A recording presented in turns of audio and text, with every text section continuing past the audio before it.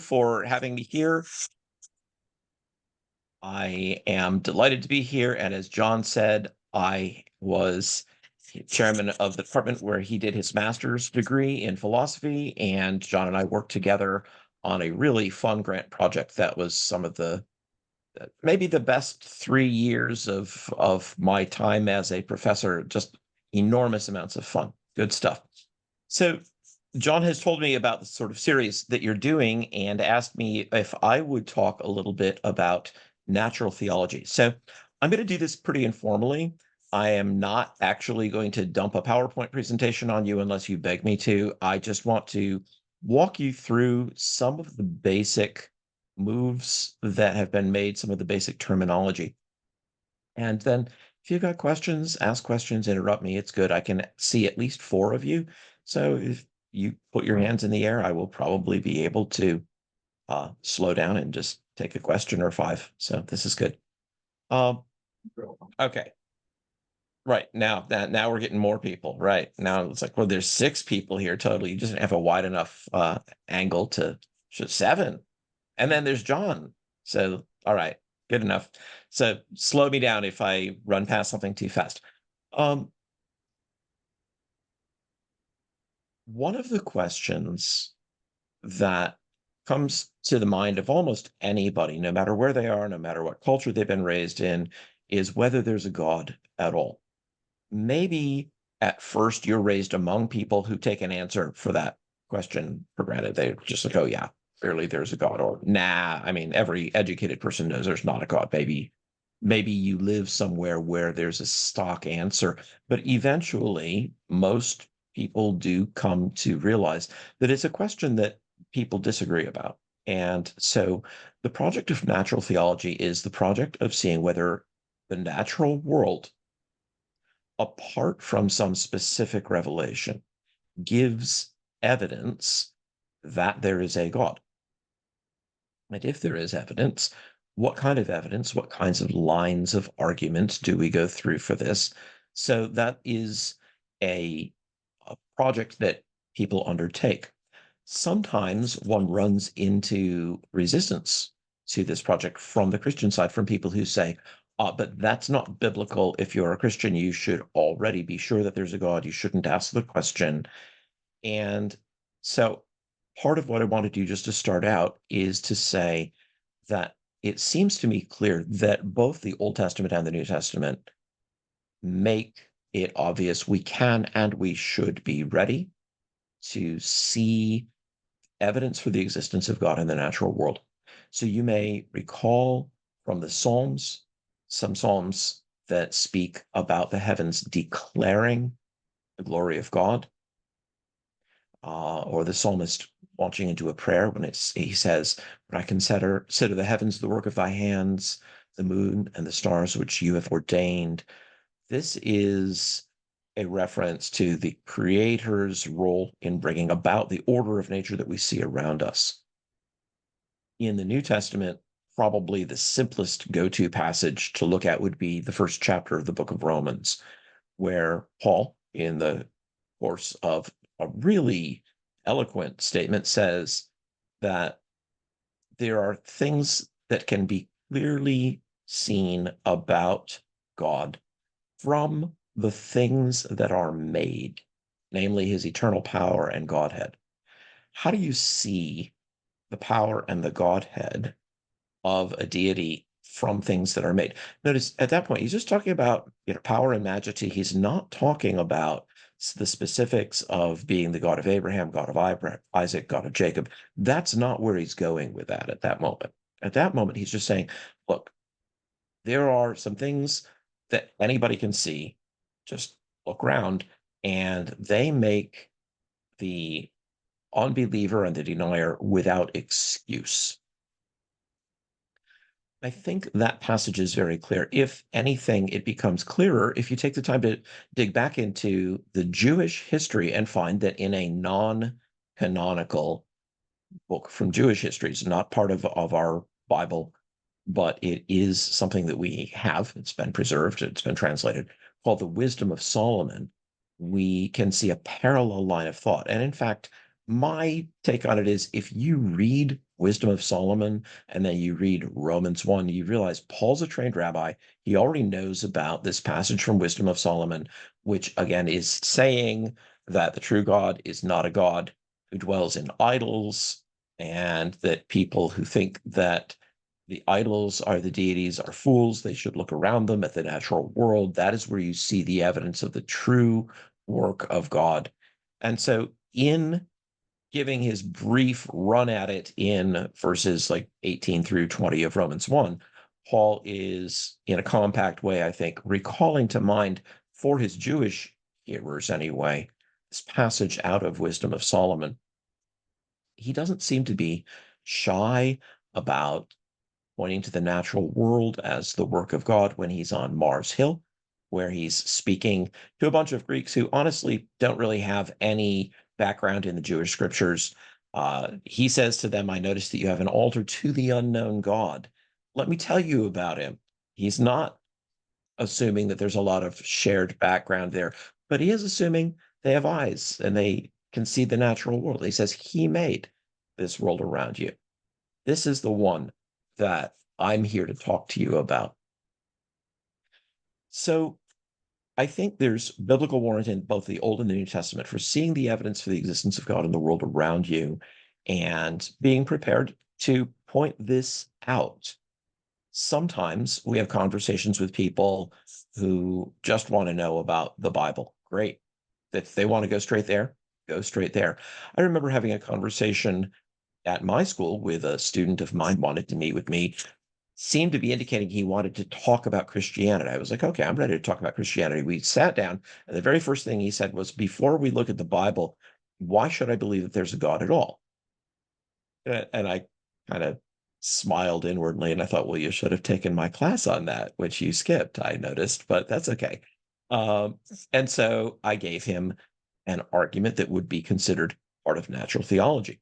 We can talk about that argument. I'll get to that in a minute. But that took like 5 minutes. And he said, okay, now let's look at the Bible. Like that was all it took, was 5 minutes to put him in a position where he wasn't really struggling with doubt about the existence of God anymore. Now, that was an unusual case. He might have had doubts. It didn't have to be that simple. It didn't have to be that straightforward. But there it was. And he just went like, right from that into the let's talk about specific evidence for Christianity and not just for the existence of some God at all. Because this is important. Natural theology is something that has a lot of overlap among monotheistic religions. It's a set of arguments and a course of inquiry that could be pursued by a devout Jew, a devout Christian, even a devout Muslim. And in fact, one of the arguments I like to use when people ask me about this is one of the arguments developed most fully in the Islamic world, but it works just as well in the hands of a Jew or a Christian. And in fact, Jews and Christians have played a role in elaborating it. So, John, would it be okay to just sort of shift over and give a couple of examples of kinds of arguments like this now? Are we good for that? That sounds good to me. What do y'all think? All right. So Okay. let me give you the first. The first one is a form of what is called the cosmological argument. I like to do this. I like to think about this in terms of beginnings of things. I think that the beginnings of things offer us a place to look for the fingerprints of a creator. So let's talk about the beginning of the universe. A simple version of the Kalam cosmological argument, an argument developed, as the Kalam name suggests, in the Arab world in the Middle Ages, is to say this: whatever begins to exist has a start of its existence, is caused to exist by something else. Nothing can just bring itself into being by its own causal powers, and there is some explanation required for why something begins to exist. Second premise: the physical universe began to exist. This whole shebang of space and time and energy and matter and quantum fields and whatever else you want began to exist. Therefore, the physical universe was caused to exist by something else.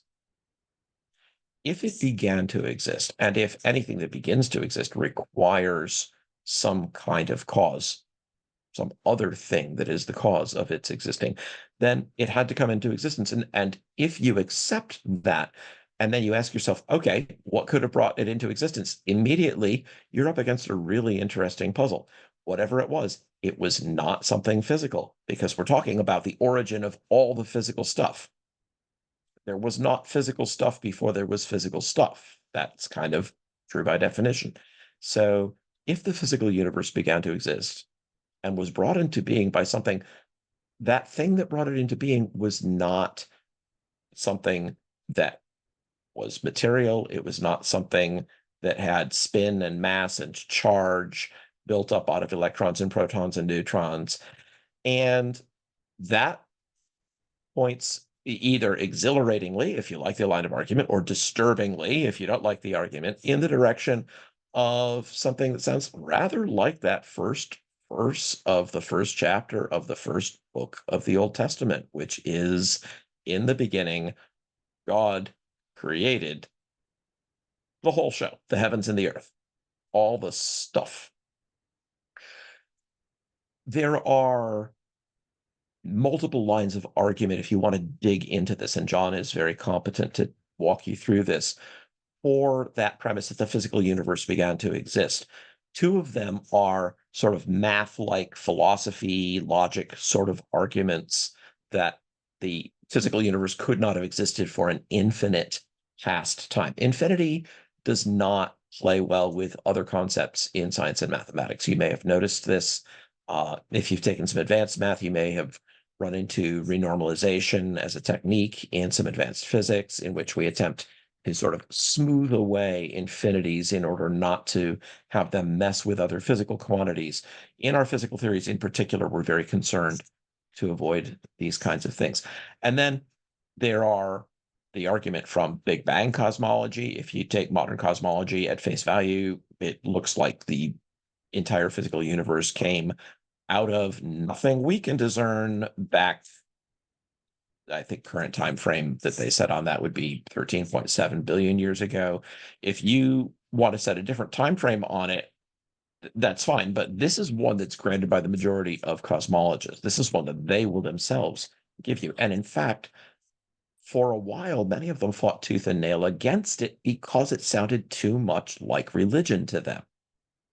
Fred Hoyle coined the name Big Bang not because he was on board with it, but because he thought it was a silly thing that played into the hands of the religious people who were going to say, well, yeah, there it is. It had a beginning. So he coined this name Big Bang because he thought everybody would laugh at it. And now, of course, the laws of naming things in science are just really cruel. And it is now remembered, as his contribution to what we now all take more or less to be the main theory on offer by contemporary cosmology. But apart from that argument, there's also one from thermodynamics. So how many of you know what the second law of thermodynamics is? We are not seeing a whole, we're seeing half of one hand. Do you want to give a stab at it? Too far away from the microphone. We are not picking that up. Go ahead. I think it's the law of entropy. Entropy Yes. being used toward maximum. Yes, which means that usable, good. Now we're getting confirmation. Usable energy diminishes over time. Total quantity of energy remains the same, but the usable energy diminishes. So the disorder increases. So here's the problem. We've got a universe that is apparently in a finite energy state. If it weren't, we'd all kind of be burned up already, and that would be really sad, but we're not. So what would earlier states have looked like? Well, if the laws of thermodynamics held through, sort of imagine sort of a big crunch and then a rebang and a recrunch, if that were the way we're going, still, like a super ball bounced on the sidewalk that goes up and then goes up not quite as high, and then not quite as high. The universe would be gradually running down. And if that's the case, then you can't go back infinitely, because if the universe were infinitely old, it would already be run down all the way. Like a super ball that had been set bouncing infinitely long ago, it would have run out of bounces by now, and we would not be here at a high enough energy level to be living and breathing and having this conversation. That wouldn't be there anymore. Go ahead, see the question. Yeah, speak up So, loud. so are you saying like the big crunch theory that like the universe is like a bouncing ball where it goes back in and then comes back out isn't possible because we have a finite amount of energy in the universe? I'm not saying that it's not at least a theoretical model we could consider, but it is not possible to have an infinite series of equally big bangs and crunches that never diminishes. The radius of the next bang, bang number 2, would be smaller than the radius of the universe after bang number 1. If it was just being driven by some kind of enormous, thermodynamic process, it would, again, James Sinclair and William Lane Craig have a paper that deals with this. It would gradually actually diminish and diminish and diminish and diminish.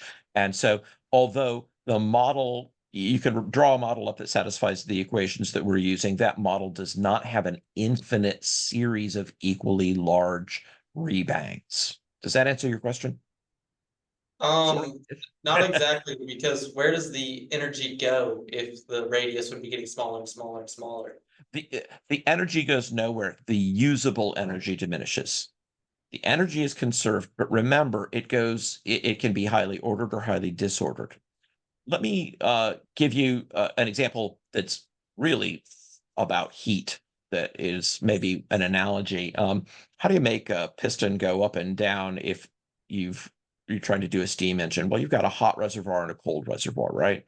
So you've got a piston, you put it in the cold reservoir, piston goes down because that cold volume shrinks down, right? So shrinks down, pushed in by air from the outside.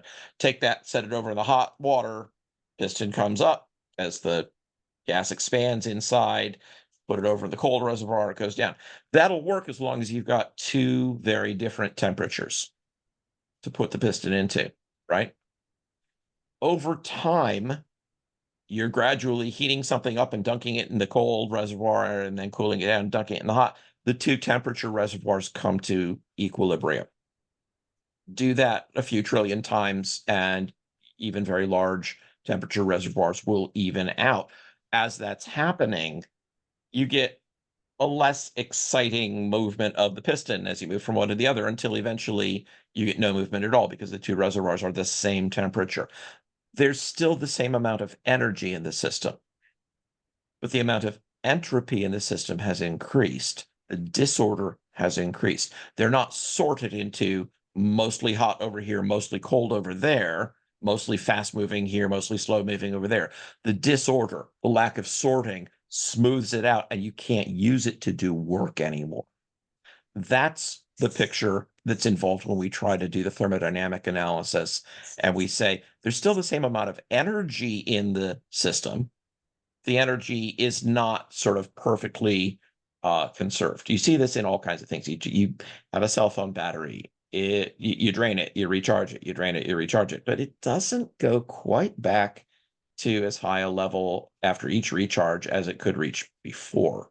And eventually it becomes disordered enough that you just can't charge it back up, and then you throw it out and buy another battery. This is what the model does. That, again, James Sinclair is the physicist who's done the work on it that I'm familiar with, that says, look, even if you try to construct a bang and crunch thing, yeah, energy is conserved, right? So first law of thermodynamics is that we don't change the total amount of energy in a closed and isolated physical system. The second law says, nevertheless, the way it's distributed in the system is constantly reducing your capacity to do work with it. Does that make sense? Yes, I would have to research more about that that physics theory, but to me, the error I see is that like the universe would be in a vacuum, and the examples you named, would have external factors affecting the system. But also, I'm not super familiar with thermodynamics, so. Okay, so actually, the universe being taken as a whole is the condition that meets the definition of a system that is closed and isolated. Namely, if we're considering it simply as a physical system, there's literally nothing else that can be injecting energy from the outside. You can, again, you can create a box that's as insulated as you like and put a bucket of hot water in one corner and a bucket of cold water in the other, and within the box, they come to thermal equilibrium for the same reason that your hot coffee cools down and your cold water warms up.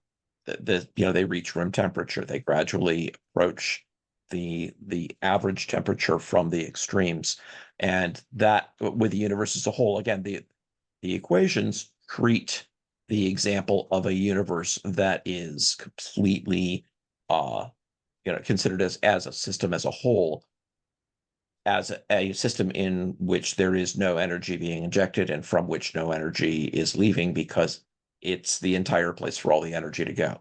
And then the second law, again, you can say, well, maybe the second law doesn't hold, but then you're really sort of hoping that you can find a loophole to get around the thermodynamics instead of looking at what the thermodynamics is pointing to. That's only one of the arguments. Yeah, go ahead. What I'm saying is like their coffee mug example, like it loses heat because it's losing, the coffee mug itself is losing energy. The energy isn't being destroyed, it's being dispersed into the room. The universe is in a vacuum. That energy isn't being dispersed. All the energy in the universe stays in the universe because there's no other okay system. So seal the room up. The energy gets dispersed of the hot coffee gets dispersed into the room. Mhm. But like if the coffee mug was in a vacuum with nowhere for the energy to go, then the energy would stay in the coffee cup. I think you're still thinking that the heat of the universe is going somewhere. The heat of the universe is staying within the universe, it's just not usable anymore. It's So smoothing it's out. not going anywhere, it's just smoothed out into a point where you don't have energy enough to create anything like buildings and people. But what I'm saying is the opposite of that, is the energy in the universe isn't going anywhere. The energy in the coffee cup is going somewhere. Heat doesn't just become like unusable. Heat's an energy. It can be transformed, but the energy is still there. And the energy in the universe can't just magically leave the universe because we are in a vacuum. But I think you're coffee mug misunderstanding. Right. We're not talking about the energy leaving the universe. Yeah. The universe can't bounce and crunch per the equations unless the energy is unequally distributed through it. That's the problem. It's not a problem of what the level of the energy is and whether the energy is appearing or disappearing. That's not the issue. The issue is that the energy is unevenly distributed, and the trouble is that over time, uneven distributions tend towards even distributions. That's the difficulty. And so whether with the universe or with coffee in a room, hot coffee in a room, there's an uneven distribution, right? What happens with that? The coffee cools down, the room, maybe only very slightly, if it's a large room, warms up. And the net effect is that eventually everything is, as we say, at room temperature. It's the smoothing out that is the thermodynamic sort of answer to the second law. It's the smoothing out of the energy level, which is preventing us then from doing work for which you need the energy to be not smoothed out. The energy is still there. The heat death of the universe is not energy sort of disappearing in some way. It's the smoothing of it all out. For the interior of a star and the regions of interstellar space, eventually with the death of the stars reaching a thermal equilibrium, that's the heat death. It's all the energy is still there. The first law is saved. The first law is that the energy is neither created nor destroyed. It's that it is now not concentrated in some places and not in others. It's all smoothed out. Go ahead. Yeah. Am I correct to assume that the kind of the heterogeneity, the kind of variety that work is happening is what contributes to the kind of expansion and contraction? Because if that's the case, I think that's probably where the question comes from. Yes, we would Either gravitational that in the model as I understand it, and now you're pushing, hard on my memory of Sinclair's part of that paper. It is the unequal distribution of it, which is a low enough entropy state to enable the rebangs in the model to take place. However, that distribution becomes smoother and smoother with each successive crunch and expansion.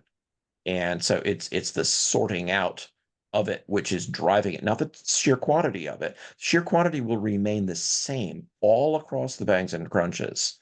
It's the distribution of it that's going to change. This is funny. I usually get the least interest in the thermodynamic argument, and everybody's like, no, tell me more about the philosophical arguments, or we want to talk about Big Bang cosmology. But because there are really, as I said, there are 4 lines of argument for this premise that the physical universe began to exist. And if any one of them works, then the premise is there, that premise works. And then the Kalam argument depends on whether you can accept a version of the principle of sufficient reason, that when something begins to exist, it does not do so without being caused to exist by some other thing.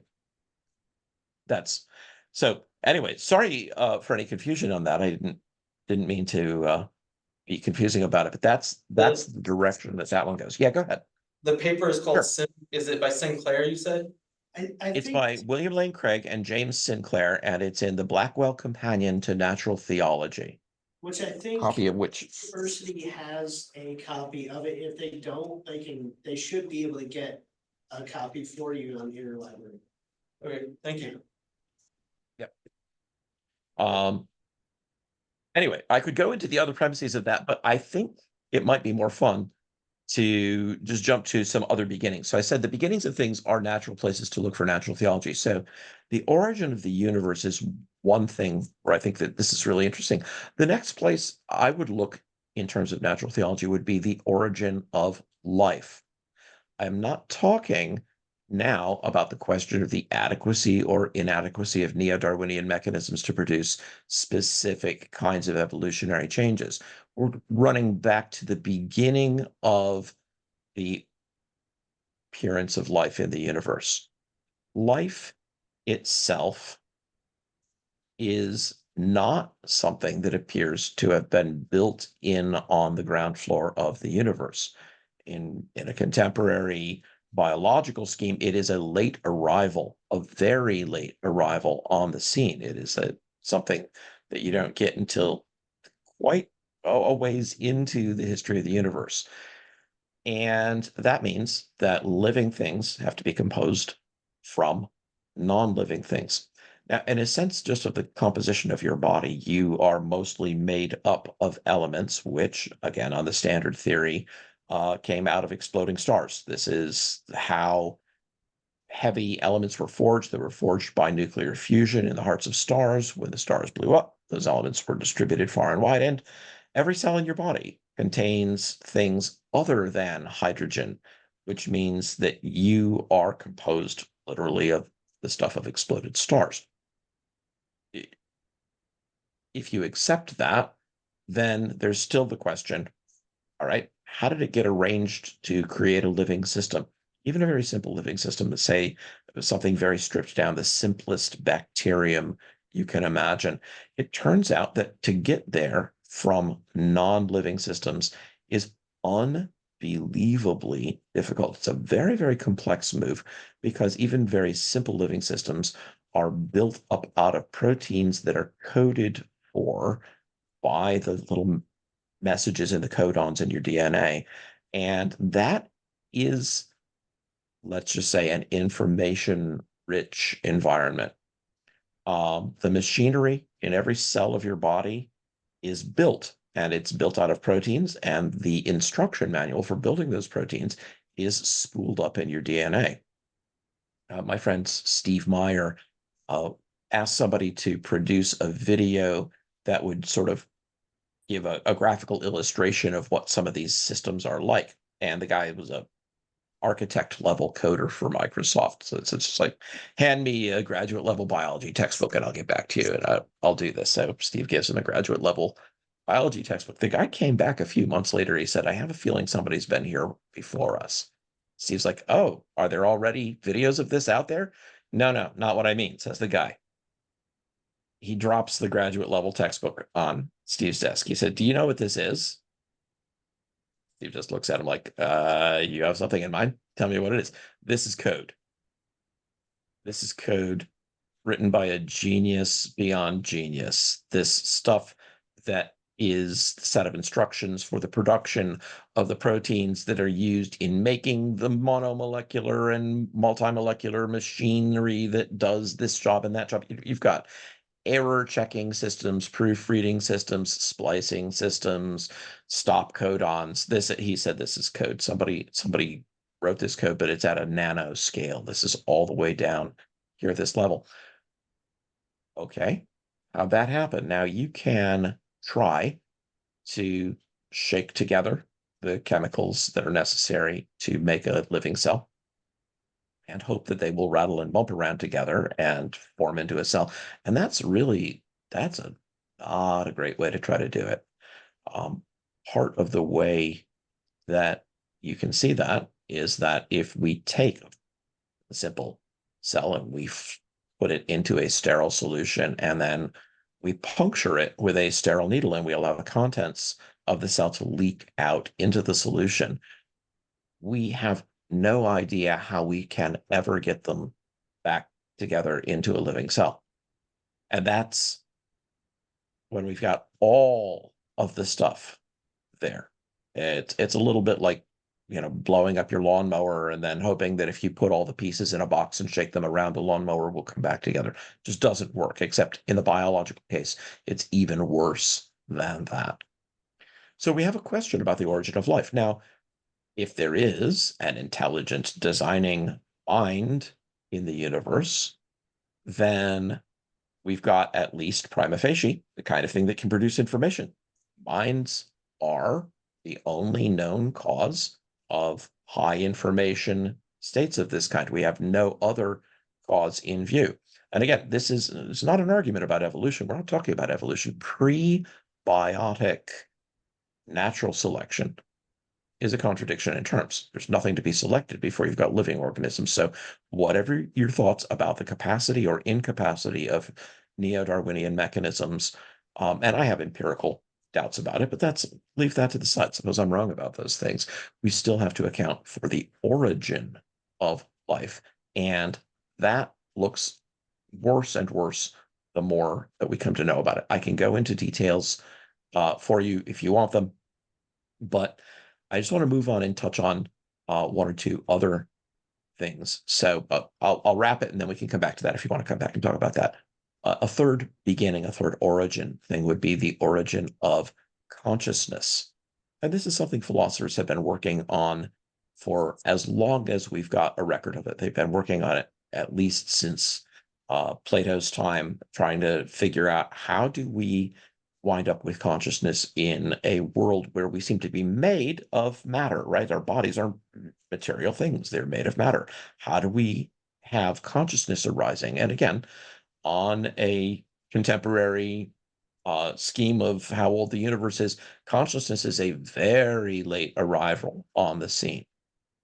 If you were to map out sort of all of the time on the galactic, supergalactic time scale into a 24-hour period, consciousness arises at about 1 second before midnight. It's like at the very, very, very end of the entire system, the entire development of the system.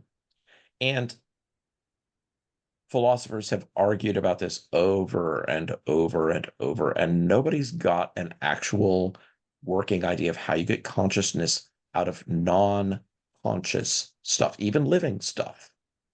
Colin McGinn, who's a card-carrying atheist and naturalist, says, we have no idea how consciousness arose out of non-conscious stuff, and we're never going to have any idea how it arose. That one's just what he calls the hard problem. And in fact, McGinn suggests that we just give up, that we stop trying to argue about it. He thinks our brains just aren't built so as to be able to figure out how you get consciousness out of pre-conscious stuff, algae, trees. How do you get consciousness out of that? Then there's a vast body of work on that. Leibniz, strong candidate for smartest guy who ever lived, has an argument about that too. Go ahead. I see the hand. What do you believe consciousness is? Because I'm not like sure what you not mean. everyone agrees that consciousness is exclusive to like humans or animals. Like the Jains believe consciousness even extends to things like the wind. And so I'm just curious what you think. Right. I think that a capacity for experience is an irreducible component of consciousness. And as I have no reason to believe that wind has that, I don't attribute that. So mental states, the ability to experience sensation, a differentiation, even in a very rudimentary kind. I think I'd go with the Janes down to, I don't know, below the level of small mammals, probably, and birds. Yep, I think so. Not so sure when we come to the insect kingdom, for reasons I could get into that have to do with the behavior of things like sphex wasps. When you manipulate their environments in certain ways, they behave just like machines. But beyond that level, higher up than that, I would say the capacity to have experiences, to have qualia, which is this is a term out of the philosophical literature, to be aware of, say, the color of a banana, uh, the the pitch of a note that a singer is singing. These are experiences that we have no reason to believe are part of the life of things below at the level of at least the animal kingdom, and maybe even only with a certain subset of that. But this is not to say that you cannot causally change a tree by surrounding it with the wrong kind of light so that it can't photosynthesize or something like that. Yeah, sure. Right, but that's not an experience of the tree. That's something that we can give a mechanical cascade picture of all the way down, but none of the mechanical cascade pictures give us conscious experience. Your experience of hearing my voice right now is not something for which there is even a plausible physical model that says, oh, if you just put enough physical things together like this, that brings about consciousness. You can hold that as an article of faith if you like, and some people do, like they're holding out hope that eventually we'll come up with a theory of that. But again, as I said, even people like Colin McGinn who devoted their lives to philosophy of mind and are not religious in the slightest have just said, you know what? Yeah, we're not going to solve this problem. We should stop trying. You can say he's wrong, and then we're going to look at you politely and hand you a microphone and say, if you've got a theory, let's have it. Go ahead. Let us know what it is. So that's the third of the places that I would go. There are probably some other lines that I could go to as well, but let's just let those three sort of be the three that we wind up discussing. Because I see that you guys are within like 10 minutes of needing to leave here. I can hang around a little bit longer if you want to. But origin of the universe, origin of life, origin of consciousness are three examples of natural theology of the kind that I think, if St. Paul were transported into the contemporary situation, I think he'd be excited by it. I think he'd say, okay, yeah, this is pretty cool. This is a whole new dimension of argument that I didn't have access to before. You probably got more questions, so let's just, John, with your permission, can we just sort of round it out by taking more questions? Sure. All right, wherever you want to go ahead. Yeah. I was just wondering if you had anything in particular about like, kinds of biological life, because St. Paul seems to be referring to like creatures, probably the vertebrate creatures, like the sentient life that you were just talking about.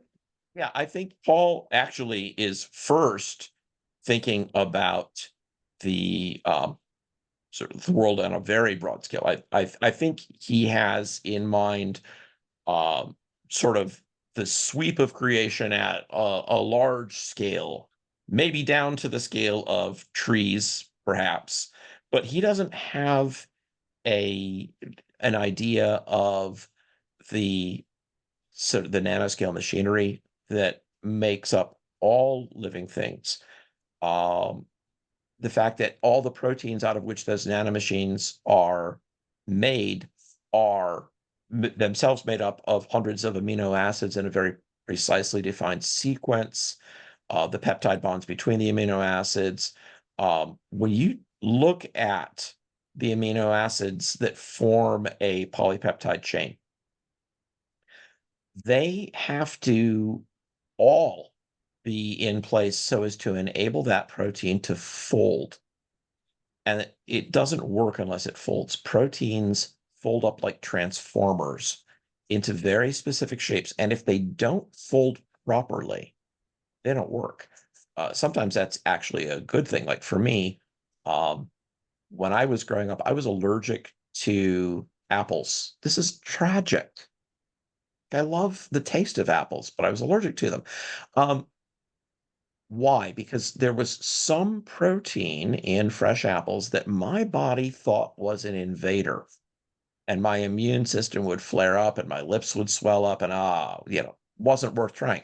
However, all it takes is a very gentle amount of cooking, less even than it takes to take sliced apples and make an apple pie out of them.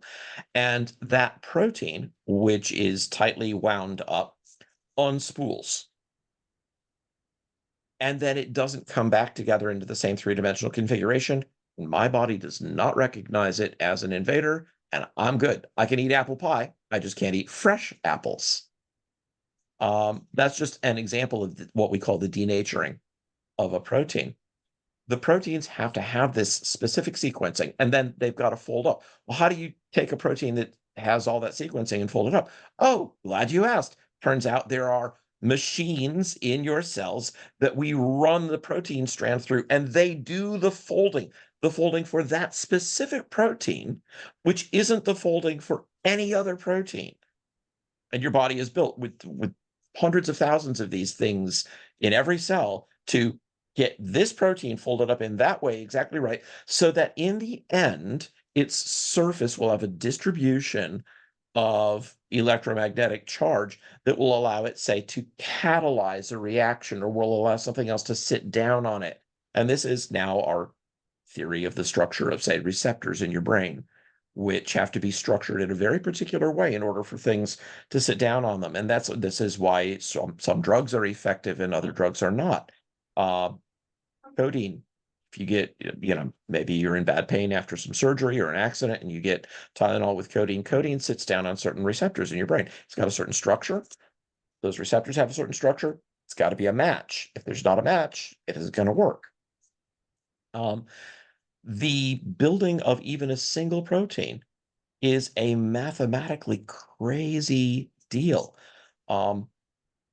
Just consider the fact that if you put two amino acids into a sterile solution and let them bump into one another and they form a bond, only about half of the time do they form a peptide bond, which is the kind that is necessary to give them the flexibility to have the chain fold. Any non-peptide bond anywhere along a sequence of amino acids ruins the protein.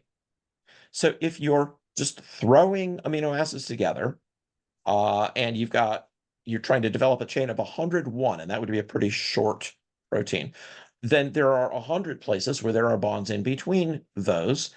And so the probability that they're going to be all of them peptide bonds is 2 to the negative 100th, or about 10 to the negative 30th, or one chance in 10 to the 30th power. You can begin to see that this is sort of a mathematical no. This just does not work to come together in a plausible amount of time. Yes, go. So why do you think like astrophysicists and like microbiologists tend to be more atheist in their religious beliefs? Yeah. So you're asking now a causal question, like what causes this? And from my conversations with those who are atheists, it is a worldview issue, and it's not driven by the evidence. And in fact, some of them are more open than others to talking about the fact that they don't have answers to these questions yet. But if you start out saying, so we all know for other reasons that there's no God, then you got to make the best of it that you can when it comes to answering these other questions. Okay, there's no God, and well, how do non-living components assemble into living systems? Where does the universe come from? And they sort of punt on that, and they just say, well, we don't know, but since we're already really, really, really sure there's no God, we're just going to have to wait around for a while and hope that we can come up with something else. The trouble is, if you start off on the wrong foot with something, and then you just insist, no, we've got to stick with that, then you can find yourself left with really bad options. So I'll give you a funny example. Suppose that I say to you, I don't believe in the existence of Abraham Lincoln. I just don't. We're all atheists about certain individuals being president. Some of us just take that, one president fewer than the rest. I don't think that there was an Abraham Lincoln.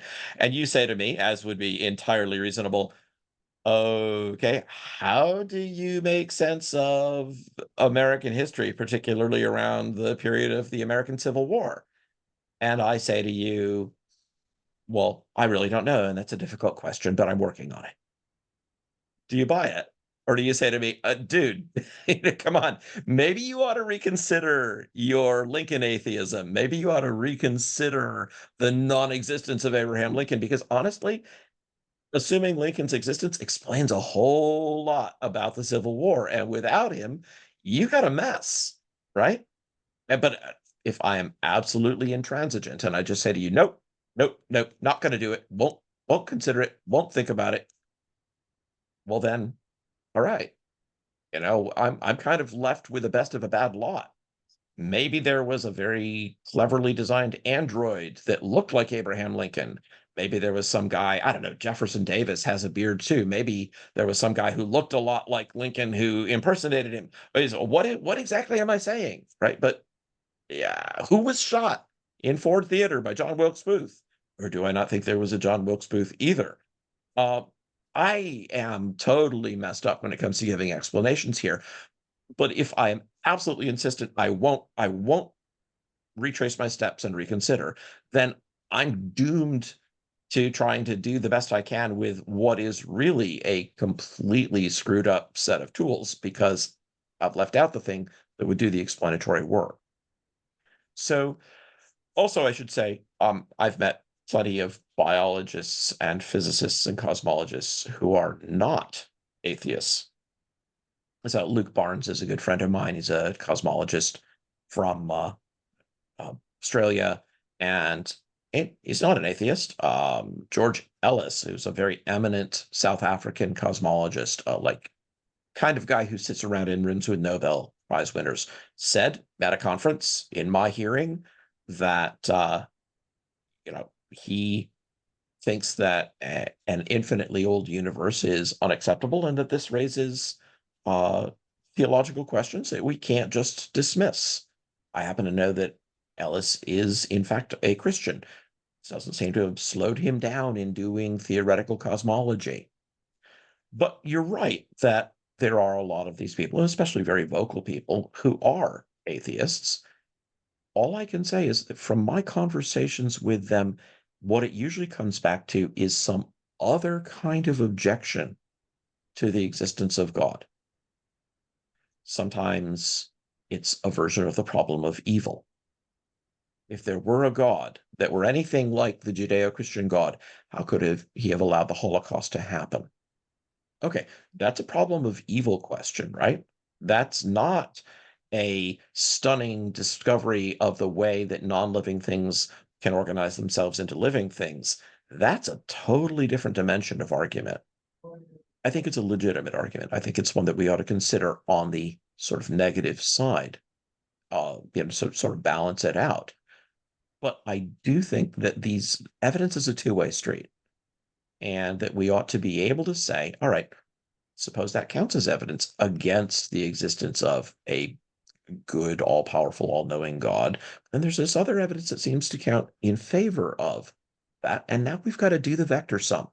We can't simply say, but I like this vector over here. I'm going to ignore all the other vectors. That doesn't work.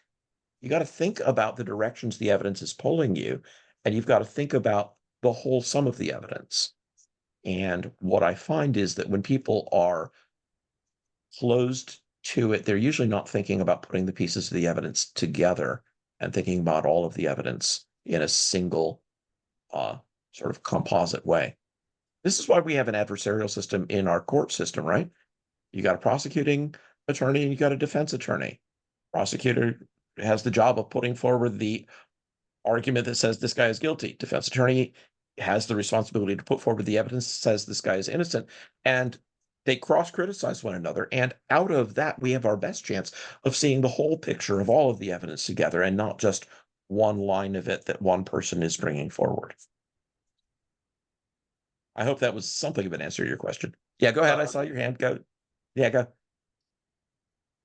Well, we're at the end of our official time, so we can all stick around and talk, we ask more questions and of Tim, but I just wanna pray to end our official time in case people need to go, and then we can go from there. Tim, would you like to pray to end us tonight? Absolutely. I would be glad to. Father, thank you that you have not left yourself without witness, that you have provided evidence and that you have given us minds to look at that evidence. Please help us to do that honestly and diligently, and to see your fingerprints where they are on the world, and to be led by that to an appreciation of who you are, so that we may wish to know you more deeply. We pray this in Jesus' name. Amen. Amen. All right. Yeah, if anybody. I'm good for another, I don't know, 15 minutes if somebody wants to hang around, but if you all have places you got to be, I get that too. Thank you. You bet. Yeah, anybody else have any other questions? So what was that wasp that you mentioned? Sphex, S-P-H-E-X. So here's the deal. A Sphex wasp will find its prey and carry it to the nest, and then it'll go and examine the nest and then come back out and pick up the prey and move it into the nest. It's a very well-documented videotaped phenomenon. You can see it happening over and over again. If the Sphex wasp stings and immobilizes its prey, carries it to the nest, crawls into the nest, and you take a pair of tweezers and you move the prey a few millimeters to the side of the place where it was, the wasp will come back out, pick up the prey, set it back down where it set it first, go back up into the nest, you move it a few millimeters aside again. It'll come back, move it back to where it was, go up into the, and you can keep going all day like this.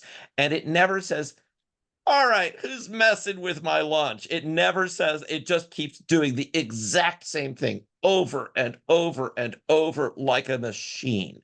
It doesn't seem to be thinking, it doesn't seem to be experiencing this. It's certainly not forming any hypotheses about why this keeps being moved to the side. It just does the same exact routine over and over and over and over again. That raises in my mind certain questions about whether it is or isn't conscious. I don't think I have the data to be able to settle those questions decisively, but it's a worry, from my point of view. Well, one of our students is an etymology student, so Two, actually. Oh, two? All right then. Oh, yeah. Sean has as Oh, well. really? But insects do not have centralized nervous systems, Right. so they don't have brains in the same way that we do. Right. So the question is, can they have experiences when they have a nervous system, but it's just distributed, it's not centralized. And that is, I have doubts, but I don't, exit interviews of insects are kind of thin on the ground. So I don't actually have information to, that would directly settle the question.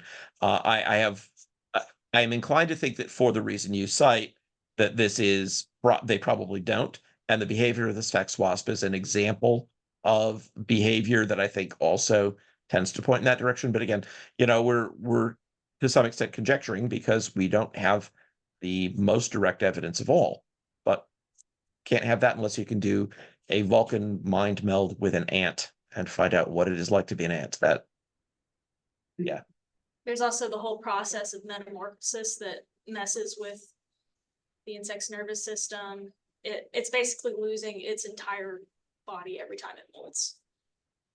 That's fascinating because we raise monarch butterflies here at our house. We've got milkweed outside, and we take the eggs before the tachinid flies can come and hit them, and we bring them in, and then we raise them. And I think we had like 35 monarchs. And the final phase of that, when they go into chrysalis and they come out, like they go in as large caterpillars and they come out as butterflies, and it's a complete redistribution.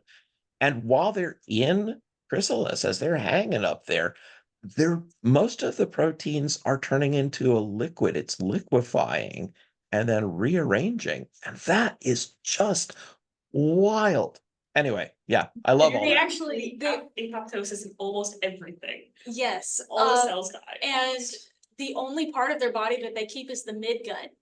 So the only thing that's consistent for their entire lives is part of their stomach. And when you look at their behavior, that kind of makes sense. And especially as they get larger and larger. Okay, here's a fifth instar caterpillar, and he's like shoving other caterpillars out of the way and grabbing the milkweed pod. And like, okay, all right, got it. You're hungry. I see that. And then suddenly, utterly, so literally, most of the cells die, break down, and get rebuilt. Is this what you're telling me?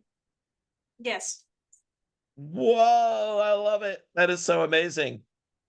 I mean, it's even better than just knowing that it's mostly just liquid in the sac, is that they're actually, the cells themselves have to die. There's a metaphor there. We got to hang on to that one. Yeah. It's completely new cells every time it molts. Nothing is the same except for that midgut. Whoa. Every molt, every instar up? Yes, Like- pretty much. But especially the pupal stage. Right. And that's just love it. I don't always love all of the things that come out of that, but I am amazed with, I mean, with caterpillars and butterflies, who doesn't love it, right? So yeah. Anybody else have questions?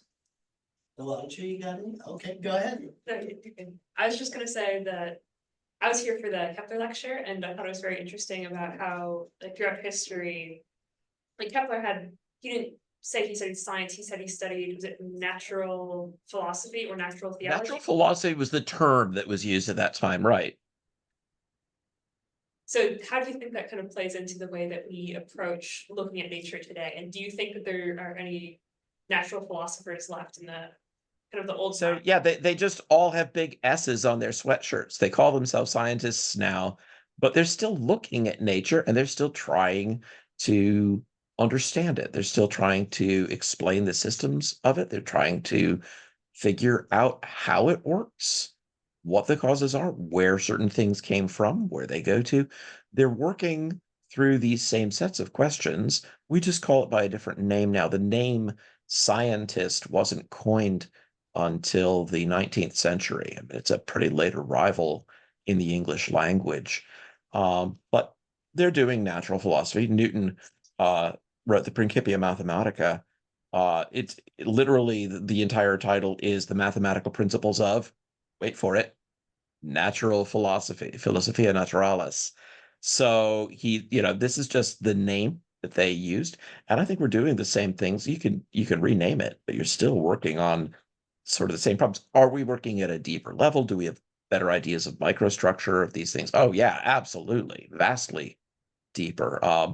James Tour, who builds nano level machinery, like this is his job, but Rice University is world class at this. If you were to say, find me someone who's a nanoscale chemist who can build little cars that'll be driven by a trickle of electrical current across a molecular level landscape, James Tour is your man. He's the guy who does it.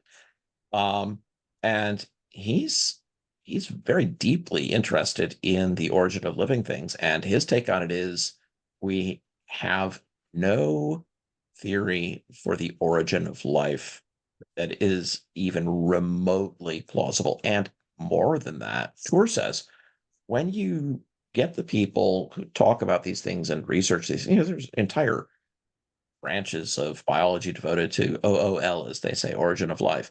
So when you get these people behind closed doors, they'll say, yeah, we have no idea. But they won't go out in public and say that, because they're afraid that it would be bad press. And that's pretty fascinating. I would let him take that up if you want to talk more about it. But he's a fascinating guy. What's his Okay, name you again? also had a question. Go ahead. James. Yeah. TOUR. I was gonna ask you, I was talking to someone else who shared the belief in God, and they felt that society was changing from a theocentric view of Christianity, and Christianity has changed to a more anthropocentric view. And I was wondering if you shared that belief, and if you do share, why do you think that is? So let me see if I can get the question clarified. We're not talking about what Christians believe here. We're talking about what people looking in on Christianity from a surrounding society that is not particularly Christian think about what Christians believe. Is that the question? It'd be kind of what Christians believe and what outsiders believe, because like the conversation was with Dr. Cena, who is like he's has a PhD in environmentalism and such, and he feels that there's an ecocentric side to Christianity, and that instead of the theocentric focus that was what Christianity was founded on, now people have an anthropocentric focus, and they kind of believe it's just for humans almost. Does that make, am I making sense? I think I understand the claim. And I guess what I would say is if you want to have a complaint session about what contemporary Americans on average who call themselves Christians actually believe and whether it lines up with what they should believe, invite me. I'm here for this. I will complain as loudly as anybody.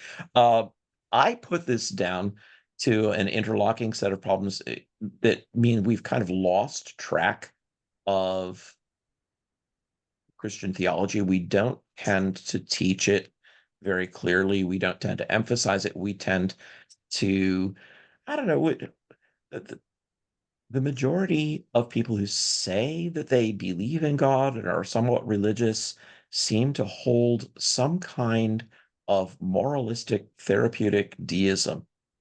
It's sort of a view that says there's a God and he's my therapist and I talk to him sometimes and it sort of helps me through, and that's nice. And so that's what I believe. And like, okay, sin, heaven, hell, right? Salvation, damnation. Wait, whoa. There's like big concepts in play here. Atonement for what?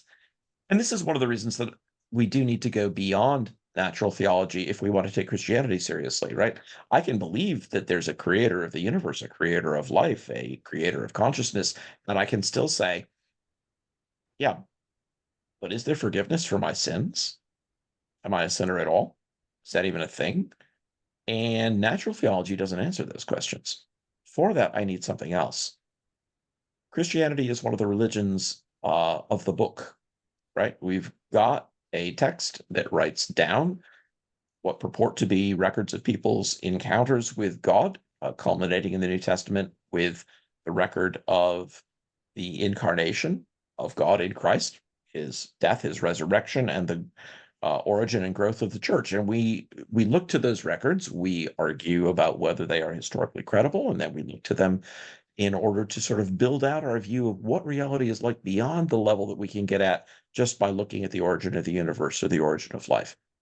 And I don't think it's wise to ignore that, but I also think culturally and on the whole, we have so far failed to take it seriously that a lot of people who think of themselves as Christians might say, yeah, I'm Christian. If you ask them, just could not give even the beginnings of an answer to the first questions that you would ask about this. I say this as someone whose father spent his entire life as a professor of theology. There's a rich body of knowledge, there's a history, there are controversies, and I have positions on those things, but we're not even scratching the surface most of the time. I've even seen cases where there are good churches where pastor tries hard to, bring the concepts into his sermons and make them intelligible, works hard at it. And then you talk to the people who sat there and listened to those sermons, and it's as if they had never heard them. I've witnessed cases like this myself, and it makes me feel bad for the pastor, and it makes me worry as a professor. Like, I stand in front of people and talk for a living. What is happening? What are they going out saying? This is very scary. I'm not sure that I'm down with this. Like, did I sign on to be wildly misunderstood like this? But I think Christian community needs to take very seriously this issue of getting back to actually doing theology. And I understand that that's not something that you invite your unsaved friends to. Like, no, we're going to talk about infralapsarianism and superlapsarianism. Like, what? What are these concepts even? Is this something, out of the Reformation? Why, yes, it is something out of the Reformation, and let's talk about it. You can't even get into a good discussion of St. Augustine and the Pelagians with somebody who doesn't even think Christianity is a thing. So I understand that there's a kind of an in-house discussion feel to it, but wow. Um, if we boil it all down to sort of thinking that God is my friend, God's the person I go talk to, makes me feel better. Um, there are parts of this I'm missing, and there are parts that absolutely were not missing from the mental life of the earliest Christians. If you had said to Paul or Barnabas or Silas, uh, so you're going to die between now and then. What are you doing and why are you doing it? You'd have gotten a sermon that would have kept you up all night. Now, you say that to people, they just look at you like, well, you're kind of weird. Or maybe if they're friendly, they say, well, that's deep. I don't really know. Um, Christianity offers answers to fundamental questions.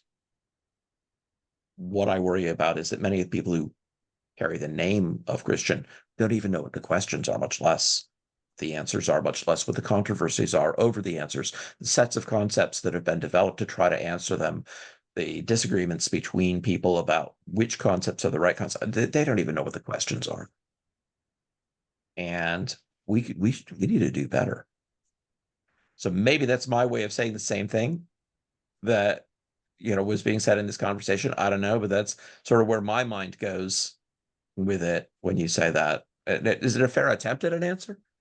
No, that was a good answer. Yeah. Okay. I think there is among more progressive Christianity, there's more of a focus on people than on God. And it seems to be, there's always this sort of thing about, I think it was at the beginning of Tim Keller's book on the reasons for God, and he said, I had this very like conservative professor that said, basically Christianity is about having your theology right. And then he retired and was replaced by a younger, more liberal professor that said Christianity is about helping people and making sure that everyone's taken care of, and you know, cries for justice and those sorts of things, social action sort of things. And Keller says, who's right? And he said, the answer is yes. They're both right. And if you focus on one too much over the other, if you're just focusing on loving others, well, that's great. You're supposed to love others, but at the cost of good theology, there's some really bad things that can happen. And if you just focus on theology and don't care about other people, or don't do anything about it, that there's some major problems there as well. We have an entire epistle of James to talk to us about that, right? Right. So yeah, I absolutely don't see any grounds for a dichotomy there. I think that if we exclude either of these in the name of the other, we have wildly failed to understand that Christianity is something where our compassion and our outreach is something that we do because the love of Christ constrains us. I'll give you just one story on this, and then I know I'm keeping you guys late, and I'm sorry about that. But I have a friend in India. His name is Jehu, and he is a member of the very lowest caste in India. He's a Dalit. He's one of the untouchables. He's a Christian, and he teaches Dalit children, teaches them English, gives them schooling, just basic. This is his work. And he told me, there's a group of people who are untouchables. They got kicked out of their Dalit village because they're not Hindu, they're Christian. And I said, well, where are they living now? He said, they're living on the edge of the jungle. They've built little makeshift huts and they're living on the edge of the jungle. I'm like, that doesn't sound great. He said, no, they're like a half-hour motorcycle ride away for him. But he said they remain strong in their faith, but they're out here in miserable circumstances. I said, what can we do for them? He said, well, they need lights, but there's no grid out there. There's no electricity. So we figured we'd try to buy them some solar powered lights. And we got them. We raised some money and we got them some solar powered lights, which they were able to put some of them outside where they would flick on at night and keep predators away from their livestock. And some of them that they could put inside their little houses, and then they could actually read inside after the sun went down, which is amazing to them. So I said to Jehu, what else do they need? He said, well, they tell me that sort of the biggest thing that they really would like to have is running water. Because when you live on the edge of the jungle and there are large predators around and you have to walk down to the river every day to get your water in buckets, this is really not good. So we looked into it, and the project was going to take a bore well. We were going to have to get a bore well drilled for that. And what with one thing and another, getting the bore well drilled, getting the piping put in, piping it right to their houses was going to cost about $4,000 in American money. So we looked around to see who might join with us to help us to raise $4,000. And lo, there was a Christian organization right here in the state of Michigan devoted to missions to India, has that in its name. So my daughter called them up and she explained, our friend Jehu is trying to help these Dalit Christians who got kicked out of their village. And the response on the part of the people running the ministry was, so your friend, does he disciple at least 3 people a week? And she said, excuse me?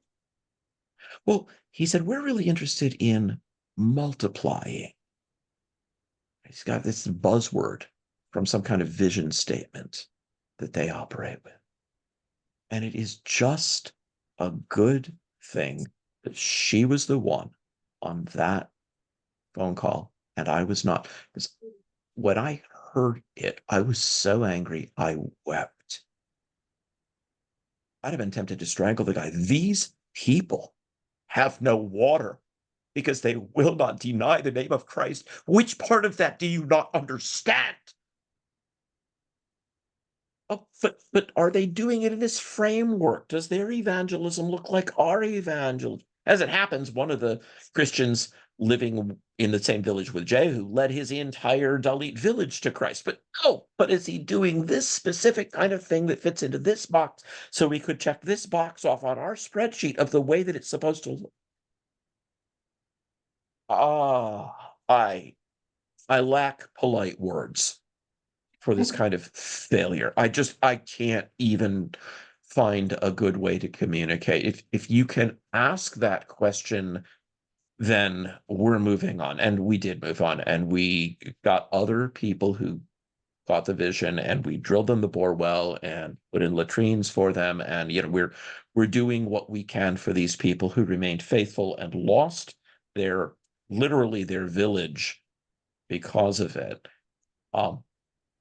But yeah, like, there's neither can we reduce Christianity to a set of theological posits which we just line up correctly and then we're done, nor can we reduce it to social action. But if you really believe that these are people for whom Christ died, then the love of Christ constrains you, and you go out and you do things, not because you lack a theology and this is your substitute, but because you have one, and this is where it takes you.